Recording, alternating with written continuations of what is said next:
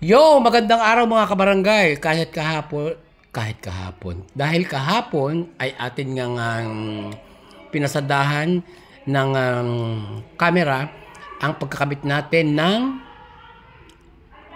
solar poles, di ba?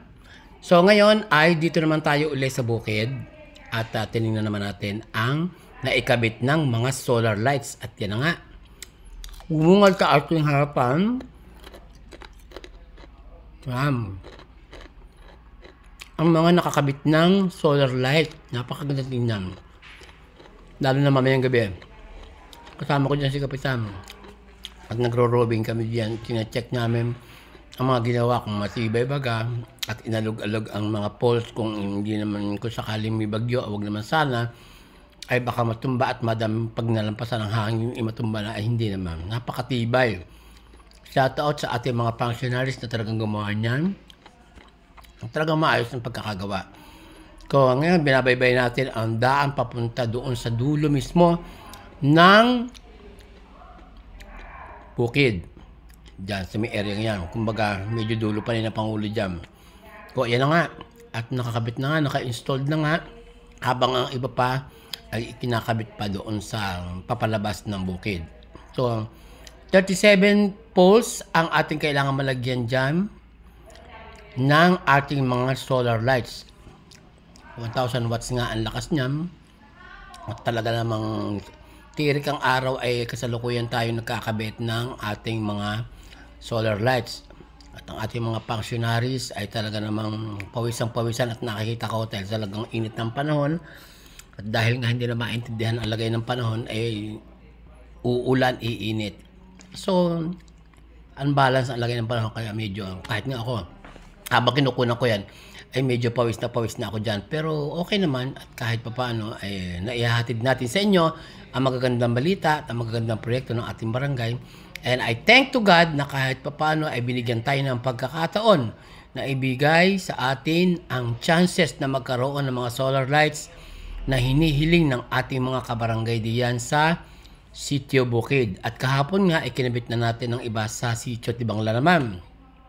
So, wala nang mahihiling pa ang ating mga kabarangay at lahat na ng pabor ay binigay natin sa kanila. And natutuwa naman kami kahit papano ay kayo ay nagbibigay ng response sa ating mga vlogs kung anong inyong mga kahilingan na ipapahiwatig ninyo at na i-comment natin dito sa ating mga vlogs.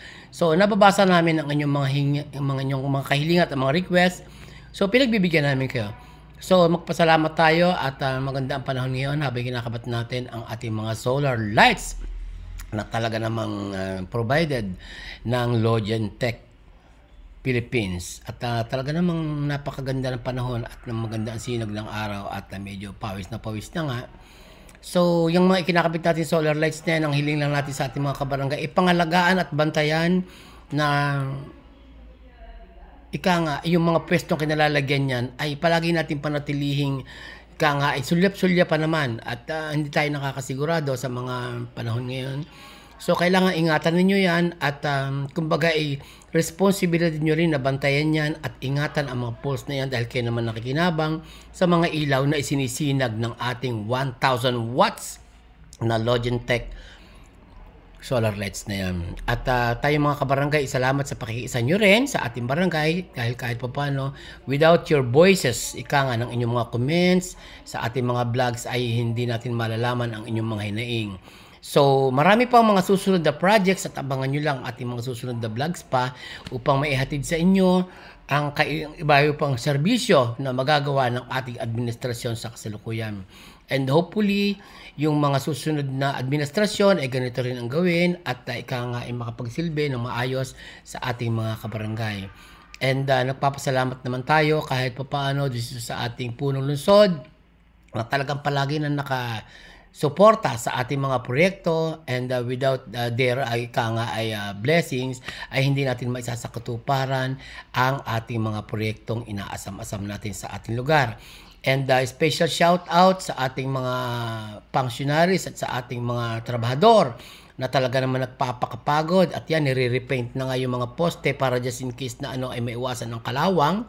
at maeksakto ang ganda ng lugar. Mamayang gabi ay yan ay maganda na ang sinag. So, wala na tayong mahihiling pa sa ating punong barangay at sa ating mga konsyal at sa lahat ng mga nanunungkulan sa ating sanggunian, at tayo ay dapat talaga palagi na nagkakaisa-isa ng mga opinyon at mga hadikain para sa ating barangay. At napakaganda naman talaga ng klase ng solar na ating ikinakabit sa kasalukuyan. At ito nga, si Kapitan nga, ikausap na nga ang iba pa natin mga kabarangay diyan na talagang nakita pa nga natin si ate na talaga nangunguha ng malunggay at magbubulang lang daw. May favorite iyan.